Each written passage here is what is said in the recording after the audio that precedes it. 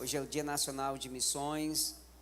Eu quero agradecer muito ao pastor Márcio, sua esposa, pelo carinho que eles têm comigo, de me convidar. Eu tinha reservado justamente hoje para não pregar em lugar nenhum, porque eu venho de uma viagem muito longe, em Cruz, no Ceará, 9 horas de viagem no congresso, e cheguei doente mesmo.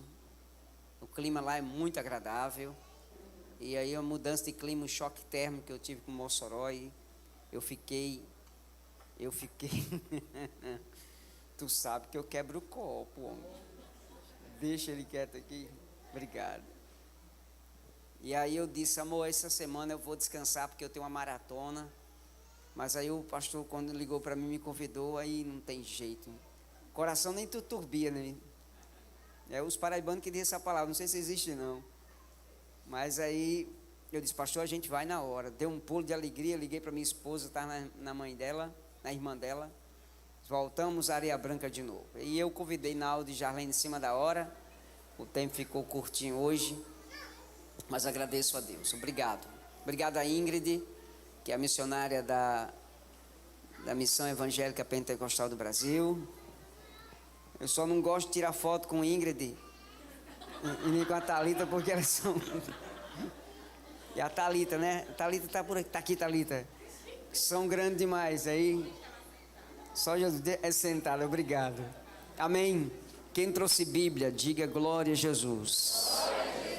Atos dos Apóstolos, o Atos do Espírito Santo, como queira, capítulo 16. Gente, o som agora ficou crentezinho, viu? Obrigado, querido. Deus abençoe a vida de cada um de vocês.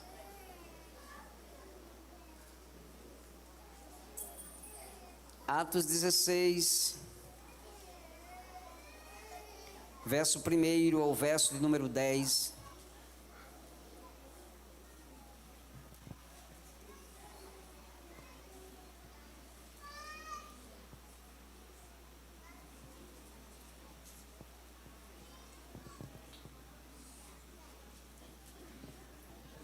Atos capítulo 16, verso de número 1. Quem encontrou, diga eu achei.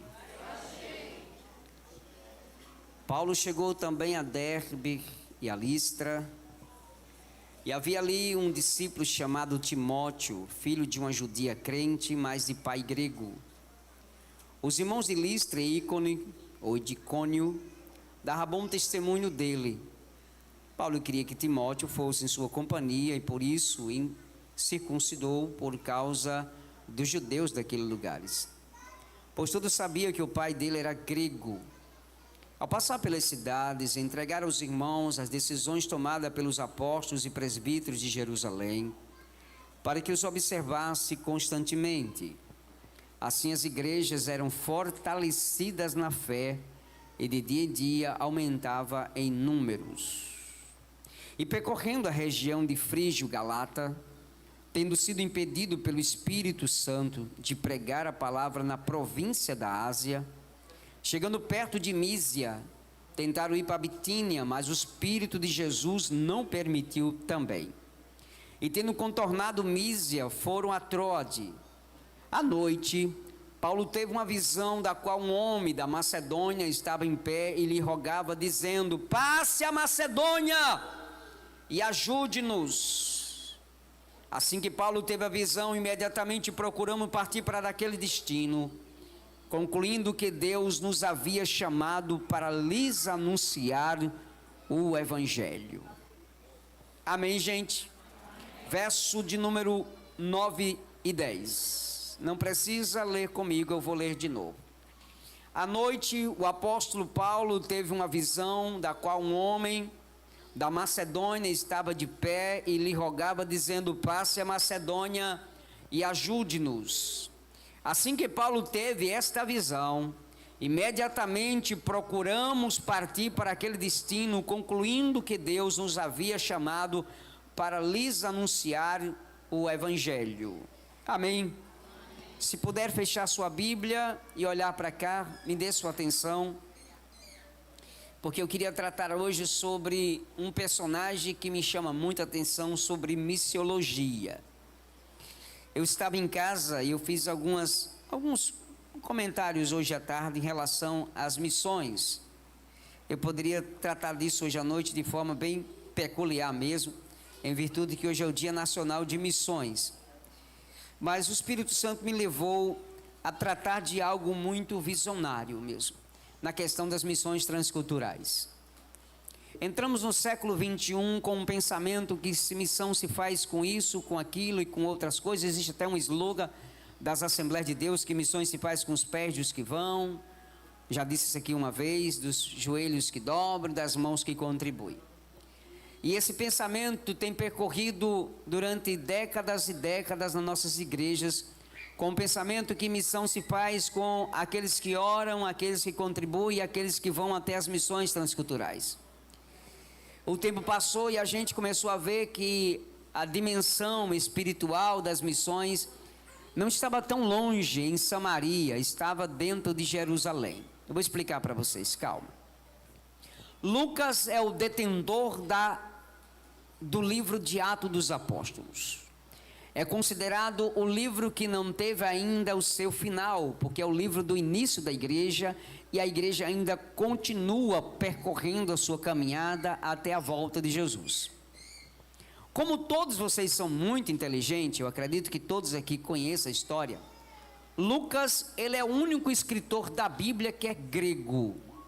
Escuta, Lucas é o único gentil que escreveu um livro na Bíblia Sagrada. Dos autores da Bíblia, Lucas é o único que é grego. Preste atenção. Então Lucas tem um encontro com Cristo através das visões, ou melhor, das mensagens de Paulo. E como vocês sabem que Lucas, além de ser um médico que residia em algumas cidades vizinhas a Jerusalém, Lucas começou a despertar o interesse de descobrir que evangelho falado era aquele na sua região. Observe que nós vemos para os cultos de obra missionária, e a gente sempre se lembra de algum missionário que passou nessa terra, ou que ainda está fazendo missões transculturais, e aqui na igreja já mantém alguns missões fora do país. Mas eu estudei muito missões no início dos anos 2000, sob a janela 1040, a Jocum, Portas Abertas, e eu sempre fui um apaixonado por missões na África, é tanto que até a língua fula eu tentei desenrolar, porque o meu sonho é ir para Moçambique, Chimóios, províncias de Beira. Eu tinha um sonho despertador para ir para Moçambique. Em meados dos anos 2000, Deus me inquietou com sonhos que eu acordava de madrugada, ouvindo crianças chorando e pedindo comida. E eu, por mais que eu não tenha visto essa visão, apenas ouvia, Deus me mostrava que eram crianças na África. Em 2007, 2008, 2009, eu e a minha esposa sentamos e eu criei o projeto Ajude-nos a Chegar à África. Eu não sei se alguém aqui ouviu esse projeto, mas esse projeto rodou todo o Rio Grande do Norte. E eu comecei a fazer umas camisetas. E eu pedi ajuda a muita gente, fiz umas camisetas, Ajude-nos a Chegar na África, com a foto do continente africano. E eu tinha uma vontade, um desejo de ir à África, a Moçambique, província de Chimóios, província de Beira, no distrito de Chimóios. Lá a língua é fula, mas também falam um dialeto inglês e também alguns outros dialetos. Conheci mais tarde um missionário que estava lá, chamado missionário Gomes e a missionária Rosa, aonde por algum tempo eu mandei algumas ofertas pequenininhas para ele. E curiosamente pelo Facebook eu comecei a conversar com ele para descobrir a essência de ser missões na África. E aí ele começou a passar alguns relatos para mim, algumas fotos foram mandando para mim conhecer a província de Beira, ali nas regiões de Chimóios. Vocês estão me entendendo, gente? Sim ou não? Sim. Então olhe para cá, por favor. Isso aqui é muito interessante.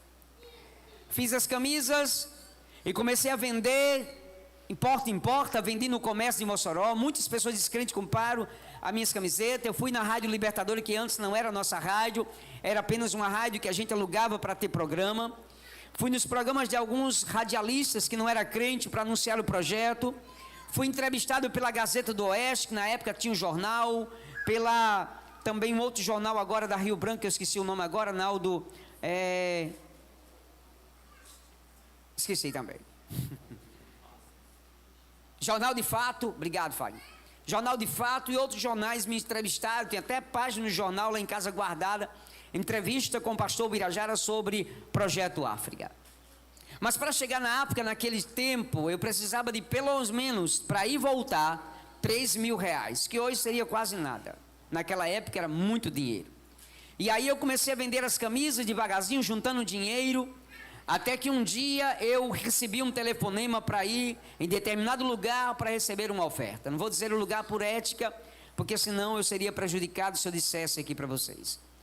E aí entrei no gabinete, e aí fui com muita fé daquele pessoal me dar uma oferta substancial, porque uma semana antes deram uma oferta para um rapaz ir na Venezuela visitar um missionário, e eu pensei comigo, então a igreja vai me dar alguma coisa boa, vai pelo menos me dar seus R$1.000 para inteirar o dinheiro para ir à África e voltar.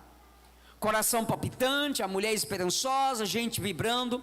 E quando eu desci daquele gabinete para ir à tesouraria, que peguei aquele dinheiro, aquele envelope amarelo, que desci as escadas, que eu abri o envelope com muito tremor e temor, muito alegre, mas senti que era apenas uma nota, mas eu pensei, um cheque. E quando eu abri era R$20. Os sonhos foram tudo por água abaixo. Alguém chegou, pegou o dinheiro comigo, compartilhou comigo a minha dor, subiu e jogou na mesa da pessoa. Desci daquele ambiente e joguei os meus sonhos tudo numa gaveta. Não vendi mais camisa, não pensei mais na África, não quis mais ir em lugar nenhum, porque aqueles que precisavam me levar não quiseram que eu fosse. E depois de 3, 4 anos depois, Deus tratou comigo de forma muito especial. Você já foi na África? E aí eu não entendi. Foi quando eu comecei a ajudar pessoas na África, orando e contribuindo. Fato. O tempo passou e Deus me deu algo muito lindo para mim. Já faz algum tempo, mas Deus me deu.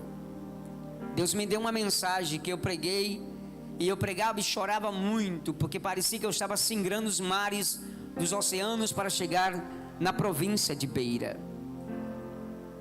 Hoje nós temos um missionário na mesma província, no mesmo lugar, substituindo o mesmo pastor, que há poucos dias fiz uma live com ele, o missionário Abílio Nogueira. Na live eu não comentei nada disso que eu falei para vocês aqui, simplesmente assim, vem à África. A África te espera. Mas o coração ainda estava trancado, porque as decepções foram muito grandes. Mas aí eu me lembrei de algo que a Bíblia me revelou, e é aqui que eu começo a mensagem. Lucas talvez não seja o personagem central das missões, mas é o escritor das grandes viagens missionárias. Repito, Lucas não teve o privilégio que João teve. Repito, gente, me escute, isso aqui é lindo. Lucas não teve o privilégio que João teve. Lucas não teve o privilégio que Mateus, que Filipe, que Natanael, que Judas, que Tiago, filho de Alfeu, que Tiago e João, filhos de Zebedeu, que André e seu irmão Pedro tiveram. Lucas não teve o privilégio de sentar em uma mesa e cear com Cristo. Lucas não teve o privilégio de sentar nas praias de Cafarnaum para ouvir o meigo nazareno pregar.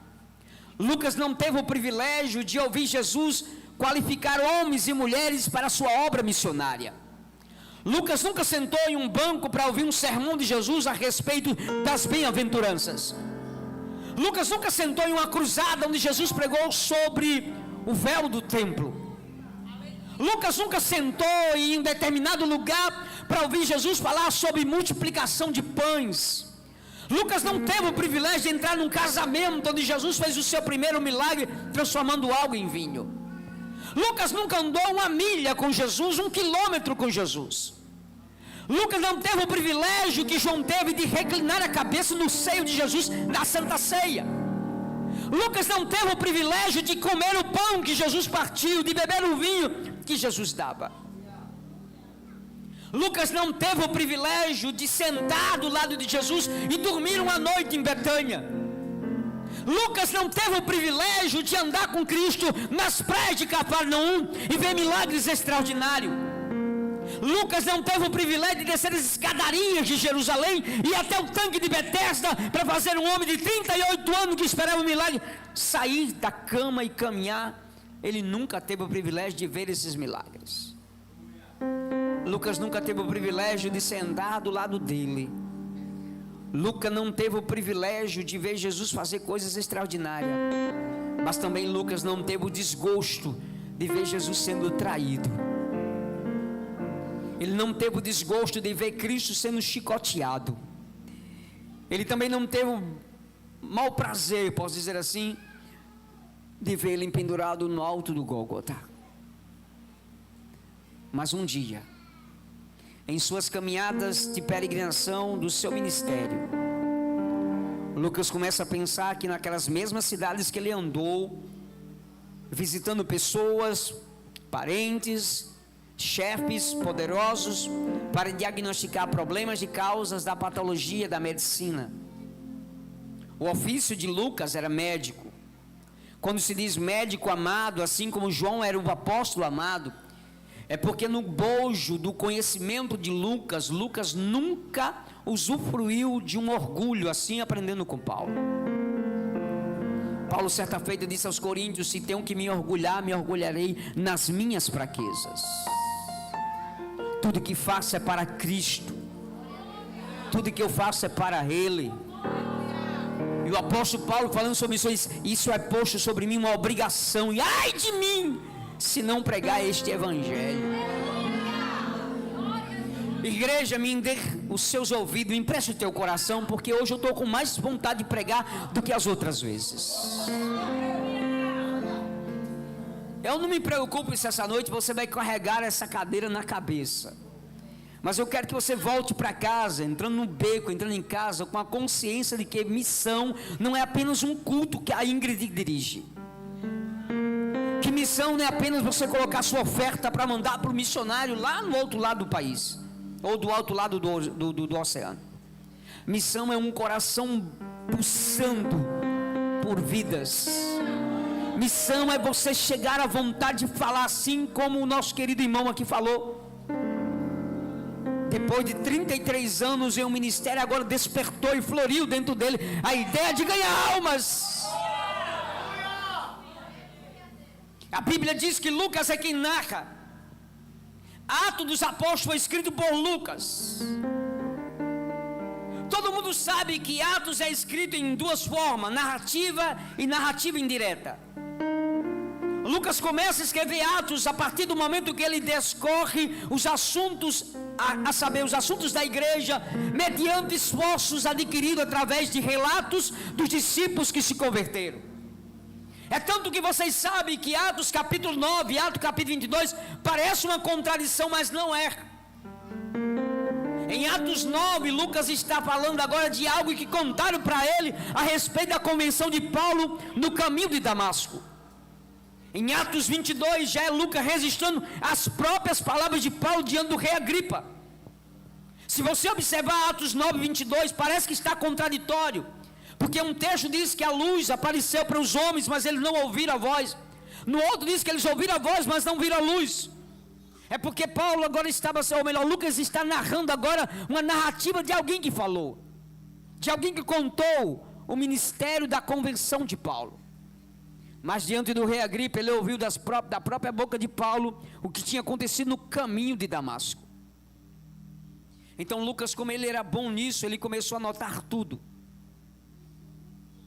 Andando com seus pergaminhos debaixo do braço, de um lado a sua maleta com suas ferramentas médicas, do lado uma pena e algumas tintas que tinha no seu bojo, chamado de tinteiro. Caminhava, parava e fazia as suas anotações.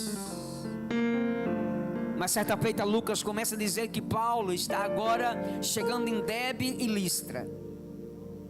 E o capítulo 16 é o desvendar da revelação de Deus sobre as missões de Paulo. Porque Paulo já tinha feito sua primeira viagem. O capítulo 16 é a segunda viagem de Paulo, ou melhor, capítulo 15, do versículo 36 em diante até o capítulo número 17, Paulo está na sua segunda viagem. E a Bíblia diz que Paulo agora começa a questionar Barnabé. Eu sei que vocês já leram, então eu não vou nem perguntar. Se lembra do embate que Paulo teve com Barnabé, no capítulo 15, versículo 36? Que a Bíblia diz que alguns dias depois, Paulo e Barnabé, ou melhor, Paulo disse a Barnabé que devemos voltar a visitar os irmãos que estavam justamente nas cidades às quais anunciaram o Evangelho. Barnabé então queria que Paulo levasse João Marcos, aquele que escreveu o Evangelho de Marcos, é esse mesmo aqui. E Paulo disse: não quero que ele vá comigo, porque ele trouxe muitos tumultos, ele não é convertido ainda, trouxe alguns desaforos para mim. Você vai ver depois que no capítulo 4, versículo 8, 9, 10, 11 e 12, da segunda de Paulo a Timóteo, é Paulo que escreve dizendo: traga logo rápido João Marcos, porque para mim agora é muito útil para o meu ministério. Lucas está registrando dizendo que Paulo agora, questionado com Barnabé no impasse, Barnabé sai para uma outra cidade, e a Bíblia diz que agora ele indo para Chipre, Paulo pega agora Silas e sai para outra região, e chega a Derbe, Listra, e depois de Listra, Icônio, e diz que os homens dão testemunho quando Paulo encontra Timóteo, e diz para ele: ó, é o seguinte, o problema é que esse rapaz, a mulher, a esposa, a mãe dele é judia, o pai é grego, mas ele é um rapaz crente, homem de Deus. Paulo pegou Silas e Timóteo e saiu em viagem para fazer as suas missões. No capítulo 16 de Atos dos Apóstolos, acontece pelo menos 3 incidentes da obra missionária. A convenção de Lídia, a vendedora de púrpura de Tiatira, que estava na região de Filipe, colônia de Romana. Mais tarde, Paulo repreende o espírito mau numa adivinha. E mais tarde, Paulo converte, ou melhor, Jesus converte um carcereiro dentro de um cárcere. Em todo esse trajeto de missão, Paulo foi açoitado, preso, perseguido, mas ele sabia que antes de tudo isso, Lucas registra dizendo que o Espírito Santo tratou de dar o desígnio da caminhada missionária: não vá por aqui. Paulo queria para cá, disse: não, por aqui não, vai por aqui. É o Espírito Santo que diz: olha o seguinte, percorrendo a região de Frígia Galata, Paulo estava percorrendo, tendo impedido pelo Espírito Santo de pregar a palavra na província da Ásia, que mais tarde Paulo prega lá, fundando a igreja de Éfeso, mandando carta para algumas igrejas que chegou na região da Turquia, na Ásia Menor. Mas olha isso aqui que é lindo demais, gente, já que eu estou falando de missão. Escute isso aqui. Paulo sai, chegando perto de Mísia, tentaram ir para Bitínia, mas o Espírito Santo de novo diz: não, Senhor, vai para Troade. E quando chega em Troade, Paulo vai dormir à noite, e à noite Deus disse: é agora que eu pego Paulo. Por favor, me entenda, eu sou um pregador meio chato mesmo. Missão não faz porque você acha que tem chamada. Tem muita gente com desejo de fazer missão por turismo. Missão não é desejo, missão é um coração palpitante por almas.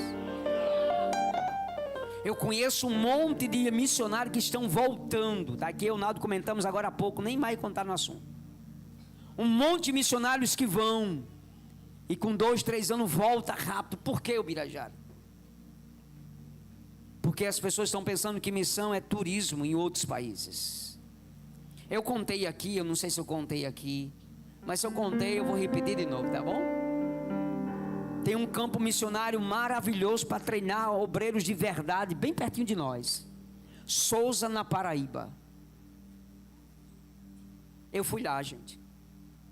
Eu vou dizer uma coisa para você. Não é nenhuma coisa diferente da África não, viu? Ok? Quem conhece a Paraíba aqui? Quem conhece a Paraíba? Pelo amor de Deus, gente.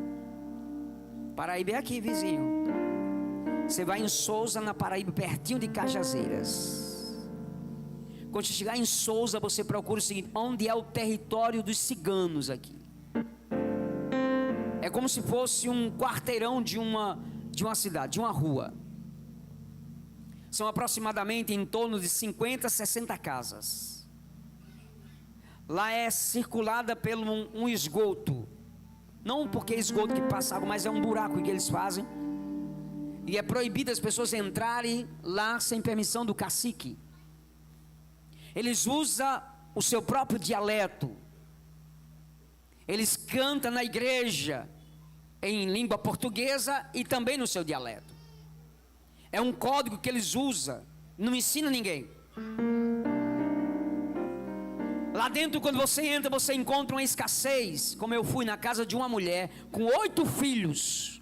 Ela deitada em uma rede e os 8 meninos deitados num papelão no chão. Tinha comido uma linguiça de manhã e nós fomos deixar pão com cachorro quente. Aqui é em Souza. Não é lá do outro lado não, aqui ó, bem pertinho de nós. Vai lá. Procura saber se eu estou mentindo. No culto que eu fui pregar à noite, eu até brinco muito porque eu perdi meu paletó e saí procurando. Quando eu olhei, tinha um obreiro vestido com paletó. E aí disseram, não, aqui é mania, porque ciganos gostam de pegar as coisas, eles ainda estão em adaptação, estão no discipulado ainda. Mas diga, ele só dá para mim. O pastor foi pedir a ele com muito carinho, quase não dava. Não, pastor, eu achei ali. Disse, não, o pastor deixou ali porque estava com calor. É meu. Eu fui pregar à noite. Eles pulam, eles dançam, mas eles têm uma sede por Cristo tão grande, que quando eu fui sair no ônibus com o pastor, eles cercaram o ônibus, subiram no ônibus e me abraçaram e disseram assim, vai não, pastorzinho, fica conosco. Missão é bem aqui, ó, do lado da sua casa, na esquina da sua rua. Mas eu não queria tratar assim, porque eu tenho poucos minutos, mas eu queria ler aqui. Quando o texto diz o seguinte, ele usa a primeira pessoa do plural, procuramos partir aquele destino. Grave essa frase porque eu gosto dela. Lucas no versículo 10 diz assim que Paulo teve a visão, imediatamente partimos, procuramos partir. Silas, Timóteo, Paulo e Lucas. Lucas sai caminhando e ele descobre que a palavra de Paulo não tinha só um peso de cruz, mas tinha milagres. Onde Paulo passava, os demônios eram expulsos, pessoas se convertiam, a sombra de Paulo curava os enfermos, a autoridade do nome de Jesus é levada por ele. Lucas registrava tudo isso. Mas não quer ser que chegar ao Birajara aqui, ó, pensamento meu é em Lucas. Voltando, Lucas começa a percorrer todas as regiões que Paulo passa. Ele começa a registrar tudo que Paulo pregava a respeito do reino de Deus. Mas se você pegar o versículo de número 11 do capítulo 16, diz o seguinte, olha: tendo pois navegado de Troade, foram diretamente para Samotrácia, e no dia seguinte chegou a Neápolis. Dali foram para Filipe, cidade da Macedônia, primeiro distrito, colônia romana, fundado por Augusto e depois por Alexandre o Grande. Dessa cidade, permanecendo alguns dias no sábado, saindo da cidade para a beira do rio, encontrou lugar para orar. Ponto. Olhe para mim, gente, por favor. Paulo, ele é detalhista, ou melhor, Lucas é detalhista. Se você observar o evangelho de Lucas, o evangelho segundo escreveu Lucas, Lucas ele dá pormenores, detalhes do ministério de Cristo. Até por isso que Lucas é chamado o grande escritor do Espírito Santo. Porque tudo que Paulo falava, pregava, anunciava, Lucas sempre registrava que o Espírito Santo estava com ele. Por favor, me entenda, gente. Missão sem o Espírito Santo é apenas viagem turista. Missão tem que ter a graça do Espírito Santo. Missão tem que ter direção do Espírito Santo. O Brasil vivenciou nesse século 21 uma ceifa de homens e mulheres indo para o campo e voltando, porque não era a direção do Espírito. Pastores que relatam para mim no Ceará, que pessoas chegavam e diziam: pastor, eu tenho chamada, Pastor orava e Deus ficava calado. Pastor, eu tenho chamada, Deus falou comigo. E pastor, mas o Espírito Santo não me disse nada ainda. Mas ele falou comigo, então deixa ele falar também comigo, que sou eu que vou enviar você e vou cuidar. O problema nosso, Thalita, é que a gente envia porque acha que algo que ele fez aqui é substancial para ir lá fora. Cuidado, você terá choques culturais, linguístico, moral, religioso, estrutural e, acima de tudo, um choque de realidade, de renúncia. É bom, é. E Deus me ensinou nesse testemunho que eu contei para vocês agora. Eu descobri que eu não tinha para ir para lá, mas eu queria fazer um documentário. E aí eu me lembrei de Lucas. Lucas começa a andar, ele começa a registrar. Gente, isso aqui é muito bonito agora. Lucas estava fazendo escolas. Geralmente quando passamos ou pensamos no Evangelho de Lucas, a maioria de nós já conhece pela profissão do médico Lucas. Sim ou não, gente? Está lá em Colossenses 4:14. Mas observe uma coisa que é bonito. Porém, suas contribuições vão além disso, sendo um exímio historiador também. Me empreste o seu coração agora. Quando você observar Lucas, não observe Lucas apenas como médico, mas como um bom pesquisador, historiador e um grande investigador do Espírito Santo. Essa semana alguém me perguntou no Instagram: qual é o segredo para ter sucesso no púlpito? Eu disse: há 2 segredos. Um não é segredo, é só você seguir a mesma onda dos que estão seguindo hoje. Tem uma mídia que pode lhe promover, tem uma voz que pode lhe promover, tem sermões prontos no Google para te promover. Agora, se você quiser ser promovido por Cristo, tem um quarto de oração, tem um jejum que te espera, tem uma entrega sem reserva.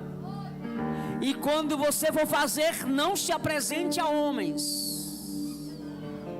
Me perdoe, você não fica com raiva de mim não?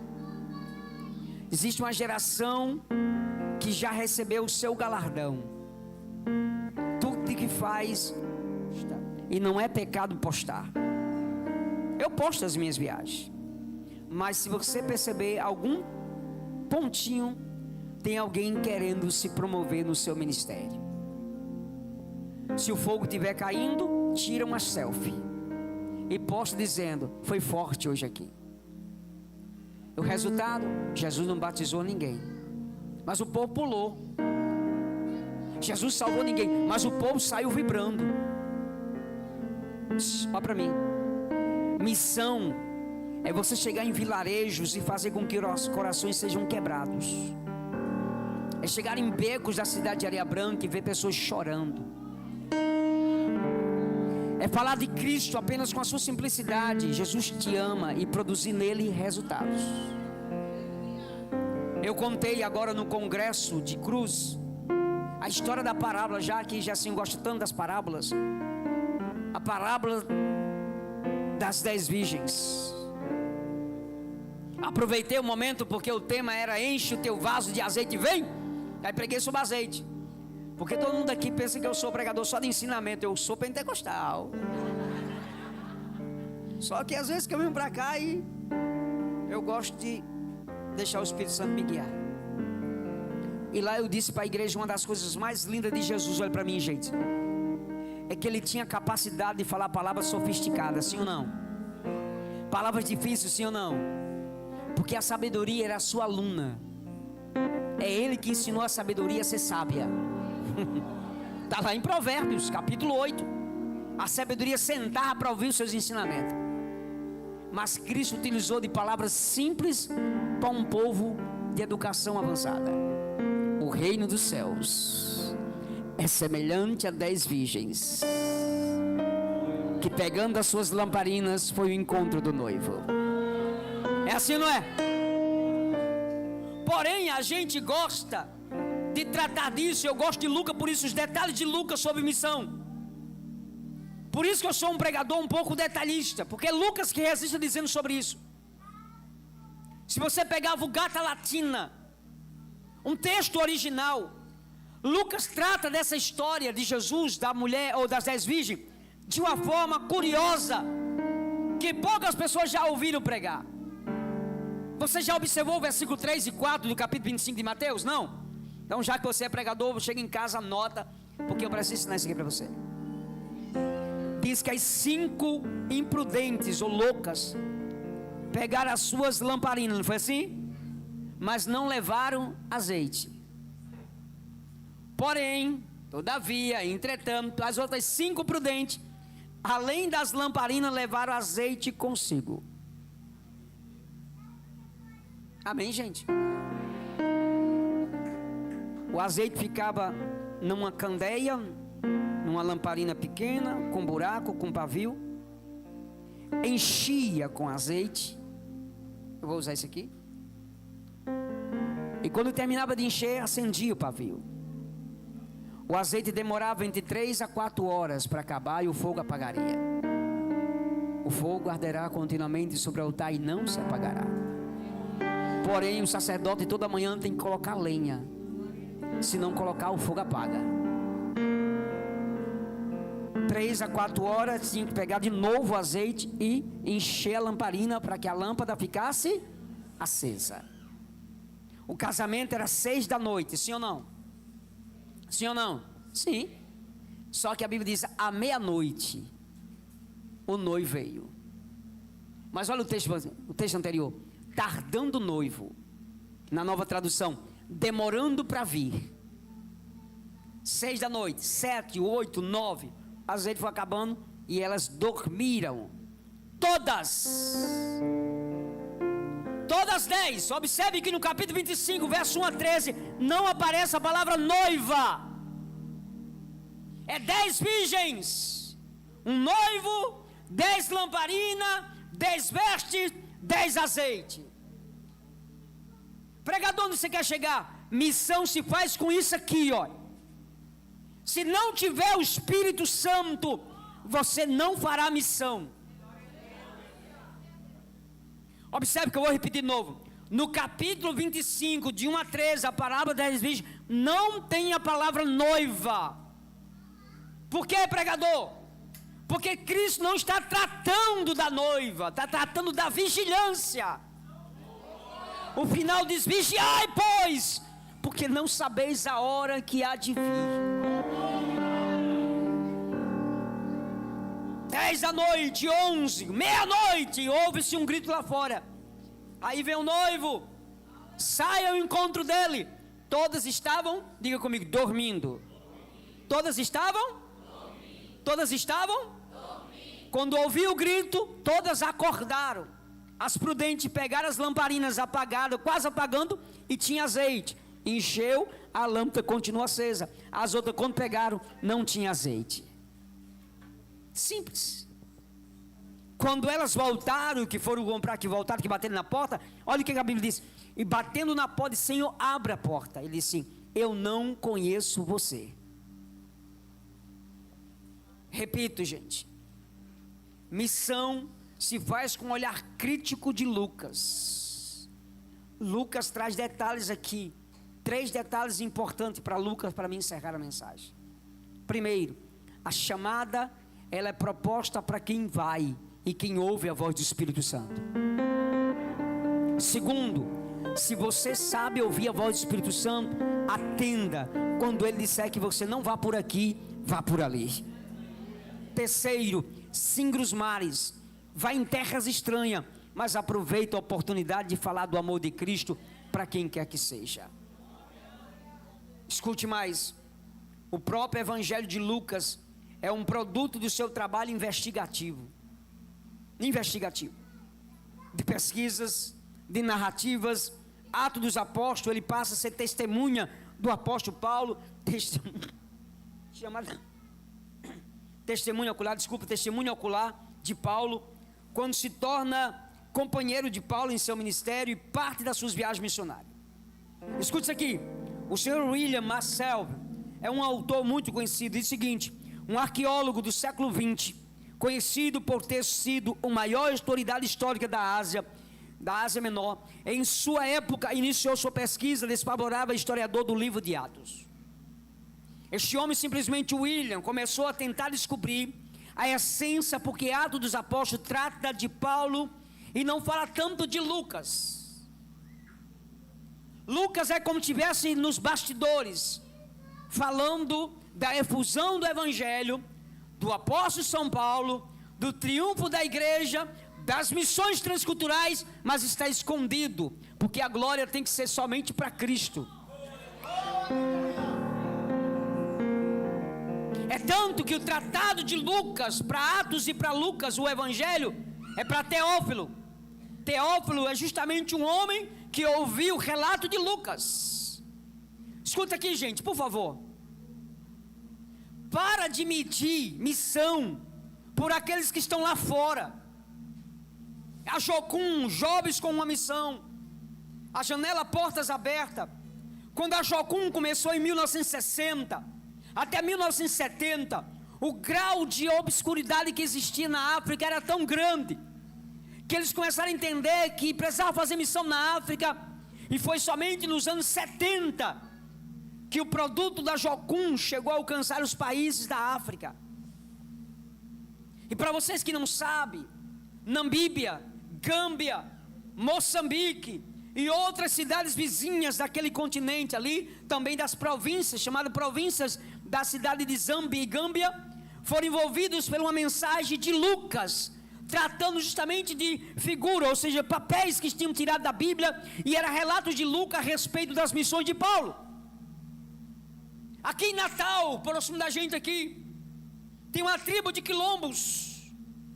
Você não entra lá sem permissão. A igreja passou anos para entrar lá para fazer missão, pertinho de Lagoa de Pedra. Pastor Robson Biana levou pertinho de lá na entrada. Ninguém consegue entrar lá. Passaram-se anos e anos. Hoje tem uma igreja lá dentro. E eu, curioso como eu sou, perguntei ao pastor de São Gonçalo do Amarante: pastor, como é que entrou uma igreja ali? Simples demais. Se a gente não pode entrar, usamos a estratégia de Lucas. Projeto de Lucas. Como assim, pastor? Lucas, ele era detalhista, pesquisador, e ele fazia seus planejamentos antes. A igreja simplesmente pegou e colocou igual a China hoje. A China, para ser evangelizada, soltam balões. Não sei se vocês sabem. Eu tenho até uma foto com um balão que eu tirei aqui em Mossoró. Um balão com o texto de João todinho. João capítulo 3 todinho, escrito em... Não, no chinês não, é aquela outra língua, chinês. Mandarim, obrigado, queridão. Mandarim, todo escrito em mandarim. Faz os balões e eles vão em cima de avião e solta. Os balões caem na China. As pessoas pegam o balão, e quando pegam o balão, tem lá escrito João 3,16. Porque Deus amou o mundo de uma tal maneira. Vem outros versículos particulares. Simplesmente a província foi o seguinte: colocaram, quando um dos quilombos saíram para fazer compra, colocaram justamente no para-brisa do seu carro uma carta. E na carta estava escrito o seguinte: para o chefe da tribo. Eles estudaram que cartas para entrar na tribo, se fosse para o chefe, ninguém abriria. Então, curiosamente, a carta tem que ser entregue ao chefe. E quando o chefe pegou a carta, que abriu, estava escrito: Jesus te ama. Simplesmente pegou fogo, tocou fogo, jogou, mas ficou dias e dias perguntando: Jesus te ama. Jesus te ama, Jesus te ama, Jesus te ama, Jesus te ama. E ele começou curioso: quem é Jesus? Quem é Jesus? E aí mandou alguém perguntar que mandou essa carta, e disseram que foi um rapaz na câmara, filmou, trouxeram ele para... E na tribo perguntou para ele: quem é esse Jesus que você mandou dizer que me ama? E aí o rapaz aproveitou e falou de Jesus para ele. Ele se converteu. Abriram uma igreja lá. E hoje tem culto lá dentro. Por que eu estou trazendo só isso aqui para vocês, gente? Certa feita, para mim terminar. Jesus precisava tratar de um assunto do outro lado. E Lucas, de novo, resiste a esse fato. Lucas está na região de Jerusalém, partiu para Galileia, volta para a Judeia, e Papias, um dos primeiros pais da igreja, narra dizendo que Lucas foi até a cidade de Cafarnaum, praia do litoral, igual aqui, Areia Branca, e descobriram a casa onde Jesus morou. Jesus já tinha morrido, ressuscitado. Então Lucas entrou em Cafarnaum. É aqui que mora a mensagem. Aí Lucas começa agora a escrever algo a respeito de uma viagem que Jesus fez, parecida com o que ele fez com Paulo, Silas e Timóteo, singrando os mares para a cidade ou para a região da Macedônia. Dentro do barco, Lucas começa a lembrar do meigo nazareno, e ele começa a pegar os escritos das quais Paulo estava falando a respeito das viagens de Jesus, do ministério de Jesus. E aí, ao voltar dessa cidade, Lucas entra em Cafarnaum. Quando ele entra em Cafarnaum, ele visita algumas casas de alguns crentes da região que viveu com Cristo. A história não diz isso, mas a National Geographic trouxe um documentário muito interessante sobre o personagem Jesus de Nazaré. O interessante é que Jesus chegava, ou melhor, Lucas chegava na casa e perguntava ao casal ou à família. Batia na porta, Shalom Adonai. A família recebia Shalom, Shalom. E perguntava: vocês conhecem Jesus de Nazaré? Ou conheceu Jesus de Nazaré? E as pessoas diziam: eu não conheci, mas os meus pais conheceram. Os meus pais andaram com ele. E quando chamava os pais que vão, os netos chamavam os seus avós que chegavam, Lucas perguntava, com o seu pergaminho, a sua caneta, sentava e oferecia: quer um chá? Quer beber uma água? Lucas sentava. Lucas começava a dizer assim: eu sou aqui somente como um pesquisador, eu queria saber que de fato quem foi Jesus. Segundo Papias, as pessoas perguntavam: quem és tu? E disseram: sou Lucas, o médico de Jerusalém. Ah, já ouvi falar sobre você, um grande médico. O que você faz aqui? Perguntando por Jesus. Ele disse: eu me converti a ele. Eu aceitei a ele na caminhada de Paulo, perseguidor dos crentes. A notícia em Jerusalém é que Paulo estava pregando agora com força em Jerusalém. E aí, desculpa porque aqui está ruim. Agora vai dar. A garganta ficou pior agora, mas vai dar certo. Calma, relaxa, pronto. Vou beber água, né? Tinha uma água de coco lá em Cruz. Eu acho que foi aquilo também. Pra cá. Lucas senta e diz: eu queria saber da senhora, do senhor, o que Jesus fez aqui na região. Olha para mim, gente. Aquela família sorridente diz assim: ele andou sobre esta praia. Ele tocou em pessoas que nunca foram tocadas. Lucas começa a narrar, e certa feita, Lucas entra numa casa, ele senta, toma uma água, porque eu vou contar algo que aconteceu com a minha história, com a minha família. Estávamos na praia de Cafarnaum. Estava ouvindo um dos grandes sermões de Jesus. O sermão era tão profundo, tão grande, que aglomerou muita gente na praia. Estava tão apertado como está essa igreja, que ele subiu em cima de um barco para pregar o seu último sermão da tarde. Lucas está registrando tudo aquilo. Lucas capítulo 8, verso 22. Lucas, continue. Ele termina de pregar o sermão. Eu estava no meio da multidão, quando ele se despediu de todo mundo e disse assim: gente, terminou a mensagem, preciso singrar os mares para o outro lado de uma província, do outro lado de uma Decápolis chamado Gadara, eu preciso ir lá. Lucas começa a registrar, perguntando: conta-me mais, o que ele fez na praia? Milagres aconteceram muitos lá. Minha filha foi curada, o meu filho foi curado, nós fomos curados lá. Mas Jesus era aquele que mostrava para a gente o que era missão de verdade. Como assim? Ele terminou de pregar para quase 5.000 pessoas. Um dia enfadando, cansativo, desde as 7 da manhã até as 5 da tarde pregando sem parar. Parava em uma casa, lavava as mãos, lavava os pés, comia pão, bebia água, saía pregando. 5 horas, quando ele termina de pregar o último sermão, no lugar de descansar em uma pousada, de ir para outro lugar, Jesus olha para os discípulos: prepara os barcos agora. Em cima daquele barquinho ele pega, segura uma corda, diz: Pedro, Tiago, João, pois não, Senhor. Despede a multidão, vamos para o outro lado. Passamos para o outro lado. Missão se faz com um coração palpitante por almas. Os barquinhos se seguiam, Jesus seguiu o barco. Todo mundo conhece a história do barquinho. Conhece não, gente? Tem hinos, tem pregação. Mas deixa eu dizer uma coisa para vocês que é muito linda. Dentro do barco Jesus ensinou 2 coisas para que as missões pudessem ser conhecidas no mundo todo. Primeiro, se Jesus estivesse nos dias de hoje, ele dava uma lição de moral para os pregadores.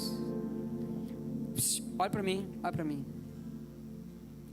Você já mandou uma mensagem para um cantor, uma cantora famosa no Instagram? Já? Sim ou não?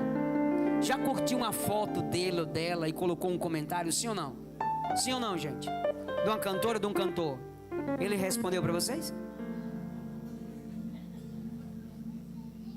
Eles se seguiram de volta? Eu vou até pedir desculpa aqui aos irmãos. Meu Instagram, ele é monitorado por 2 irmãos que controlam as minhas redes sociais e as minhas lives. Então ele teve que fazer um vasculho lá e ficou muitos irmãos sem eu seguir.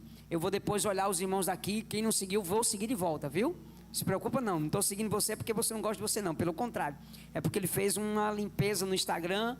No Instagram você tem 3 tipos de pessoas, não é assim? Eu não tenho. Os amigos, que é 10%. Os inimigos, que é 80%. E os outros 10 são os curiosos. É ou não é? Quer ver uma coisa? Você posta tudo de bênção, ele não comenta, ele não curte, ele não faz, mas ele sabe. Mas no dia que você colocar uma polêmica, ele coloca assim: já está julgando? É ou não é? Jesus dá uma lição de moral, gente, pra gente. A gente vai lá e vê o cantor que a gente é referência e coloca lá: você é uma bênção. Te ouvindo aqui em Areia Branca e Mostra foi maravilhoso. Ele nem vê, nem visualiza, não está nem aí para você. Mas quando você curte uma mensagem de Jesus, Jesus lhe atende na hora. Sim ou não? Você diz assim: Jesus, tu és lindo. Mas Jesus é mais famoso do que qualquer pessoa. Sim ou não? Sim ou não? Sem ele nada podemos fazer.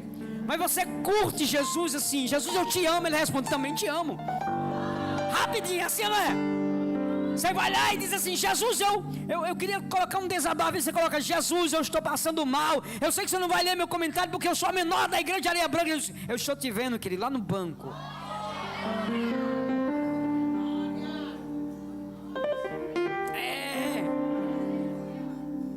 Jesus sai de uma praia com 5.000 para ir para o outro lado para pregar para um homem. E estava cheio de cão.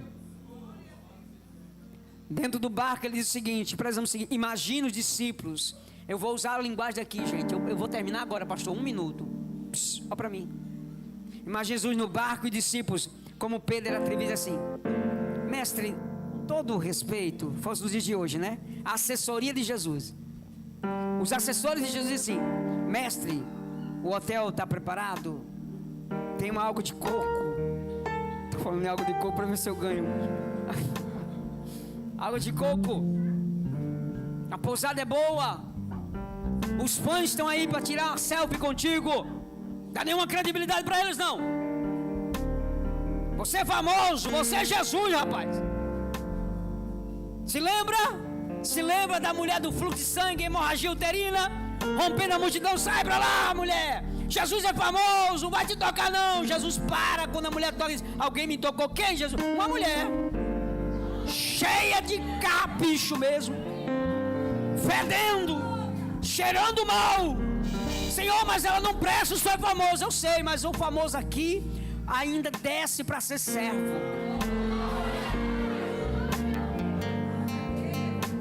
Jesus está caminhando e Pedro dizendo: Senhor, para que você vai fazer do outro lado? Primeiro, não é terra judeu, é grego gentílico.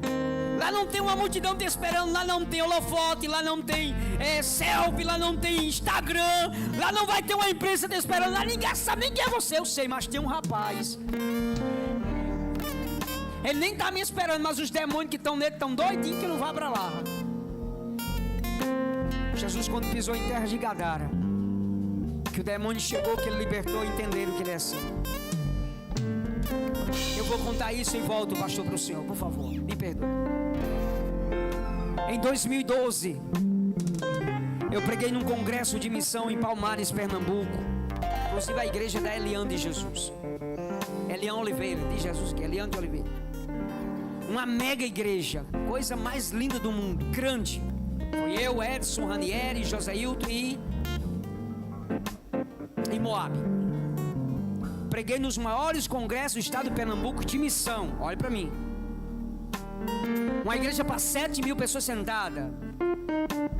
Fiquei no hotel mais luxuoso da cidade, Hotel Plaza.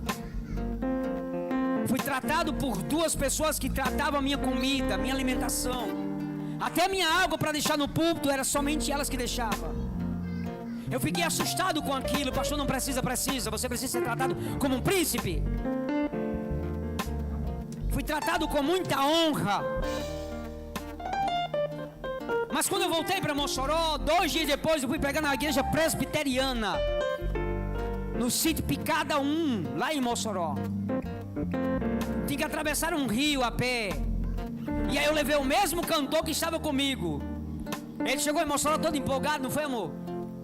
Ficamos em hotel de luxo, 5 estrelas, até passava um cartão na porta para abrir. O Birajara, na hora que foi jantar, Ivaneide, era um tapete assim, 3 mulheres lá para servir a comida dele, parecia um príncipe. Eu me senti famoso naquele dia. E aí eu chamei ele para ir comigo, Wagner. Vamos na hora.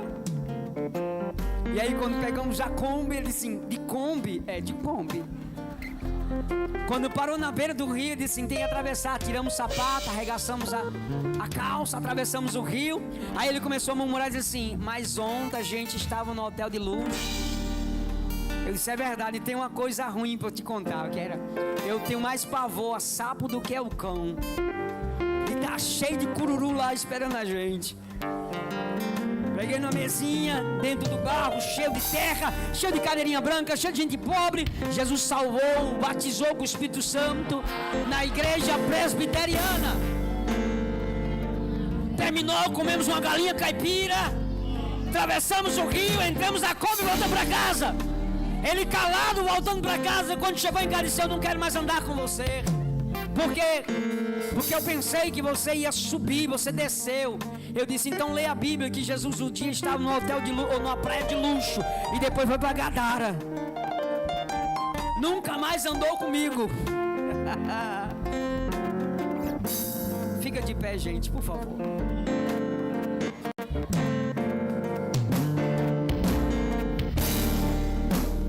Ora por mim, porque a garganta está horrível. E eu ainda tenho um monte de maratona ainda.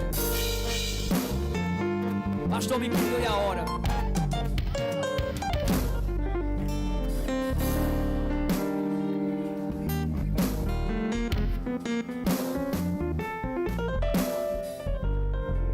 O bom de pregar aqui é isso. Se fosse outra igreja, já estava dizendo: termina.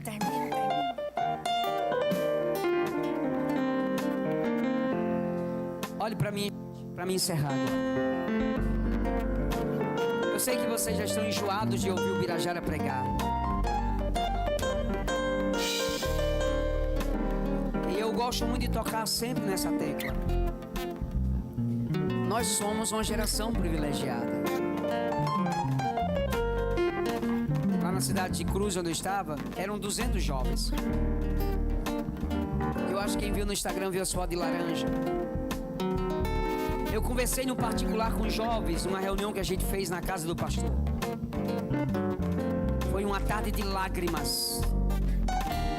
A única coisa que eu disse para os jovens, eu vou dizer para vocês aqui. Eu disse, vocês podem até não ter amanhã fama, você pode até não ir a um The Voice Kids, vocês podem até não ser reconhecidos pela igreja, vocês podem até a igreja nunca lhe dar um cargo, você nunca ter a oportunidade de pregar e ser um pregador, de ser uma cantora, mas sinta-se privilegiado de ser a geração escolhida para o arrebatamento da igreja. Uma geração que vai desfrutar de um momento. Por que eu trouxe esse relato de Lucas? Porque Lucas descobre em Cafarnaum os detalhes de um Cristo apaixonado por almas. Feche os seus olhos, por favor.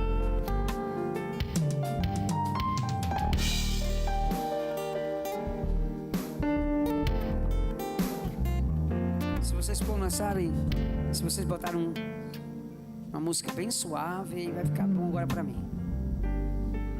Pegue na mão do seu irmão que está à sua direita, por favor. Por favor.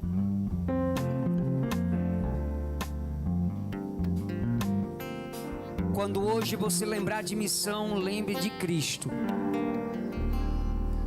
Quando você pensar em tratado de missão, lembre de Cristo. Mas não esqueça dos detalhes de Lucas. Feche os seus olhos, por favor.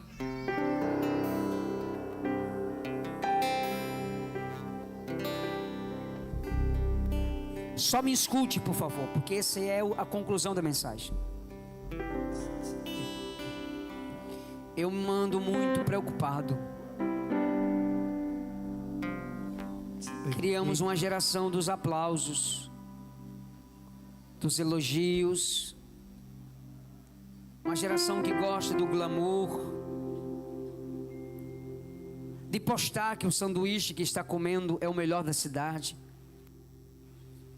do carrão que comprou, da roupa nova que está usando.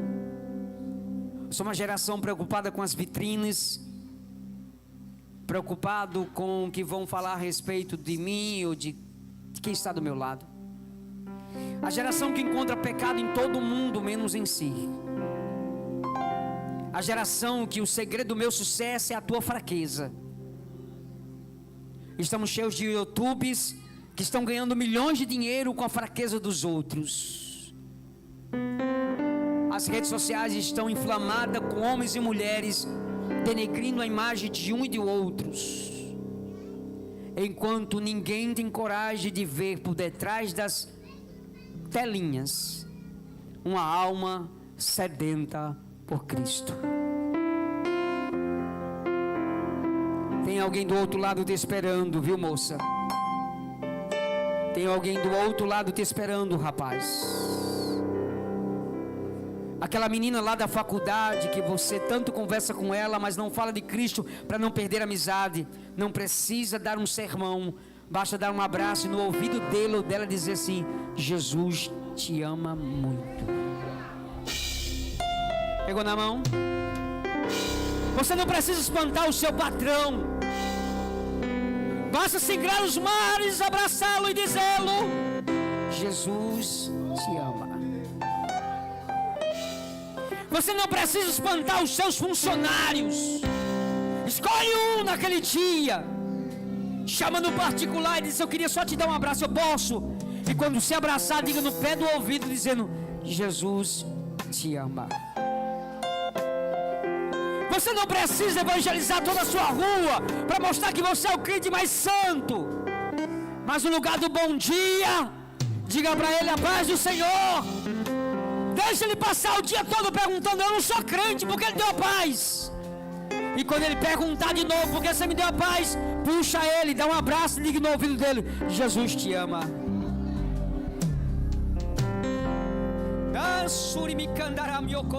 Aleluia. Igreja, me escute, por favor. Tem um monte de gadarenos te esperando do outro lado. Para de ficar se preocupando com a praia dos aplausos, a praia dos elogios, a praia das curtidas, dos likes. Singa os mares. Tenha coragem de atravessar dificuldades para encontrar um gadareno, uma gadarena que precisa de um abraço seu.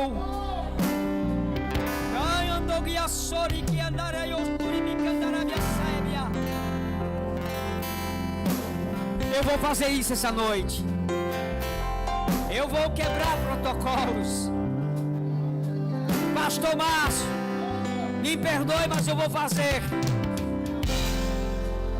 Só se você tiver coragem. Se não tiver, fica no teu lugar. Saia do teu lugar e procura alguém, dê um abraço. Ele é crente.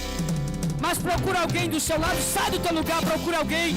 Abrace ele ou ela e diga assim: Jesus continua te amando. Saia, solta a mão, sai do teu lugar. Saia, gente, sai, por favor. Missão é para quem ama. Missão não é um slogan de uma tela, uma mensagem pregada. Sai do teu lugar, abraça alguém e diga para ele o seguinte: Jesus te ama, continua te amando. Mas ele é crente, Birajara, mas diga para ele.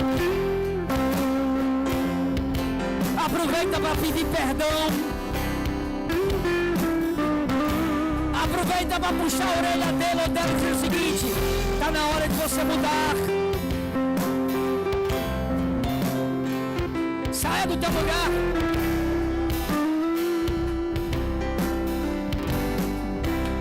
É muito fácil falar de missão aqui em cima, pregar uma mensagem bonita, mas a gente precisa viver missão. Missão. Thalita, faz um favor pra mim. Você vai cantar agora? Dá pra você soltar o microfone um minuto? Vai lá naquela moça, lá na janela ali, dá um abraço nela, por favor. Terminou?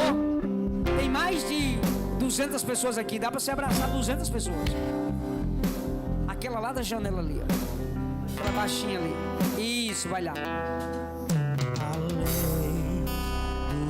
Tem alguém nosso meio que não é crente? Quem não é crente, dá um sinal assim, só pra mim ver se você não é crente. Oh, rapaz. Tem uma senhora aqui, um rapaz ali.